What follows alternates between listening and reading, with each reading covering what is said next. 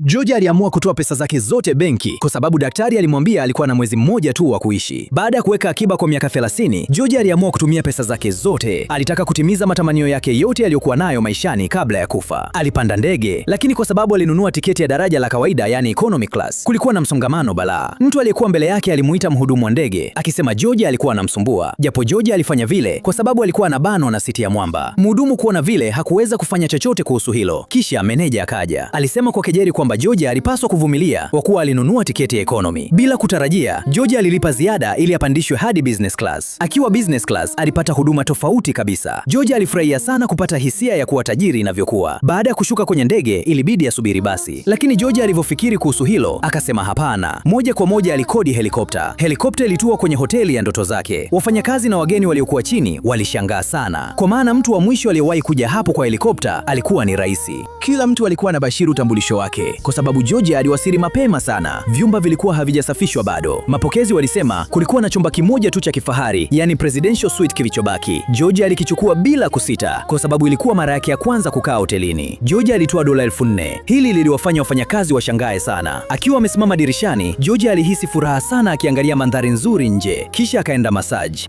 Lakini hakutarajia kwamba massage ya watu matajiri ilikuwa tofauti sana. Alipata mshtuko kidogo mtamu wa hisia. Kisha George alivaa gauni la gharama kubwa na akaenda kwenye mgahawa. Senator aliyekuwa likizo alimuona. Kwenye meza ile ile kulikuwa na maafisa kadhaa na wafanyabiashara matajiri. Walikuwa na mahitaji mengi walipoagiza chakula. Wengine walisema hakuna cream, wengine walisema hakuna wanga, yani mambo kibao, ili mradi tu kuteketeza pesa na kubugudhi wahudumu. Mpishi aliyekuwa jikoni alikasirika sana baada ya kuona haya, lakini si kwa George. Yeye alipenda sana chakula hivyo. Aliagiza vyakula vyote maarufu kwenye menyu. Mpishi alifurahi sana kuona George hakuwa na maombi maalum. Mpishi hakuandaa tu chakula kwa ajili ya George mwenyewe, bali pia alikuja mgahawani kuzungumza naye. George alikuwa na uelewa mzuri kuhusu chakula, hivyo alizungumza kwa furaha. Wakati huo Senator aliwaona. Mpishi maarufu duniani alikuwa akizungumza na George. Hili liliwafanya watu wabashiri tena utambulisho wa George. Baada ya chakula, George alienda kwenye chemchemi ya maji moto. Senator alimkaribia kumuuliza kuhusu utambulisho wake, lakini George alisema tu yeye ni mtu wa kawaida. Senator alidhani labda alikuwa ni tajiri mnyenyekevu. Tukio hili lilionwa na mfanyabiashara tajiri. Mfanyabiashara huyo alihisi George alikuwa na hadhi ya juu sana, hivyo aliwahonga wafanyakazi wa chumba cha George ili kumchunguza George.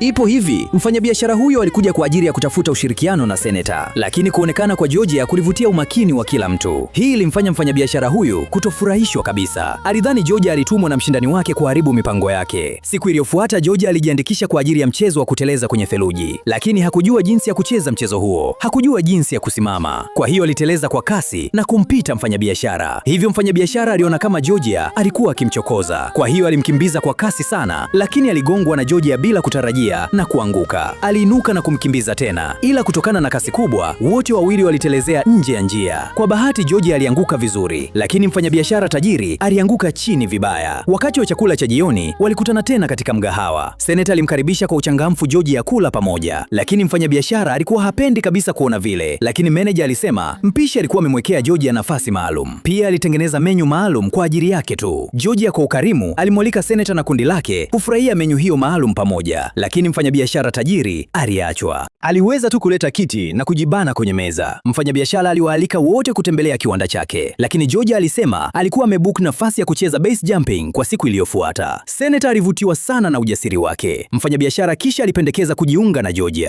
Siku iliyofuata walisimama juu ya jukwaa refu. Mfanyabiashara aliwaomba wengine kurekodi tukio lake la ujasiri, lakini baadaye mkufunzi alisema kulikuwa na ajali kadhaa pale kila mwaka. Mfanyabiashara alidhani George angeogopa na kukimbia, lakini George alikuwa na mzuka balaa, kwa sababu hii ilikuwa ndoto ya maisha yake yote. Aliruka moja kwa moja. Mwishowe alifungua parachuti yake kwa mafanikio, lakini mfanyabiashara aliogopa sana, maana aliona bado alikuwa na pesa nyingi ambazo hajazitumia. Hakuweza kupata ujasiri wa kuruka, kwa hiyo alikimbia. Hii iliwafanya wote kukosa la kusema. Baada ya hayo yote, George sasa alikuwa tayari kukabiliana na kifo. Aliandika barua kwa dada yake. Alitumaini kwamba dada yake angeweza kumaliza masomo yake baada ya yeye kufa. Kufikia sasa, karibu matamanio yote ya George yalikuwa yametimia. Aliamua kusubiri tu kifo.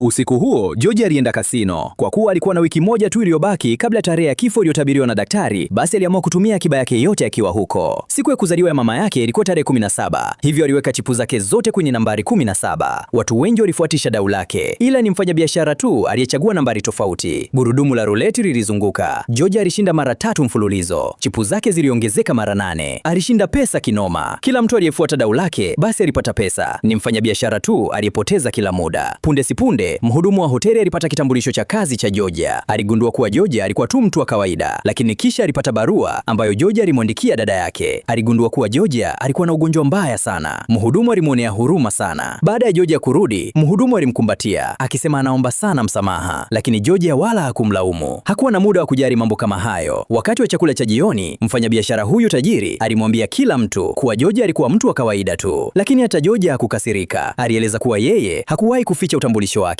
Alikuwa na ugonjwa na maisha yake yalikuwa yanafikia mwisho. Japo alikuwa na ndoto nyingi, alitaka tu kutumia pesa zake zote kabla hajafa. Alitaka tu asiwe na majuto. Kila mtu alimheshimu George. Kisha watu wote walionyesha kumdharau mfanyabiashara. Hili likamfanya mfanyabiashara ahisi upweke, hatimaye akanywa sana pombe. Alikaa kwenye ukingo wa ghorofa. Kisha George pia alipanda kwenye dirisha ili kuzungumza naye. George alisema ndoto yake maishani ilikuwa kufungua mgahawa na kuwa na mtu aliyempenda, lakini hakuwa na muda wa kuifanya ndoto hiyo itimie. Mfanyabiashara alikuwa na muda na pesa, yani kiufupi alikuwa na bahati sana. Mfanyabiashara aliguswa sana na swala la George. Kisha mwanaume mwingine pia alifika. Alikuwa ni Joy, mwanaume ambaye George alimpenda sana kwa siri. Joy alikiri hisia zake kwa George. Hii ilimfurahisha sana George. Kisha mhudumu wa hoteli alikuja. Kwa furaha alisema alipata ujumbe kutoka hospitalini. Utambuzi wa ugonjwa wa George ulikuwa na makosa. George alipata nafasi ya pili ya maisha. Kila mtu alifurahi kwa ajili yake. Mwishowe, George alifungua mgahawa. Alitimiza ndoto yake, lakini hakuna aliyejua kwa nini mgahawa huu wa kawaida mara nyingi ulikuwa na wapishi wa Michelin, maseneta na wafanyabiashara matajiri kama wageni. Movie yetu ndiyo imeishia hapo. Kama umeipenda, comment emoji ya fire. Halafu pia usiondoke bila kubonyeza like. Tuko pamoja sana mtu wangu. Bye bye.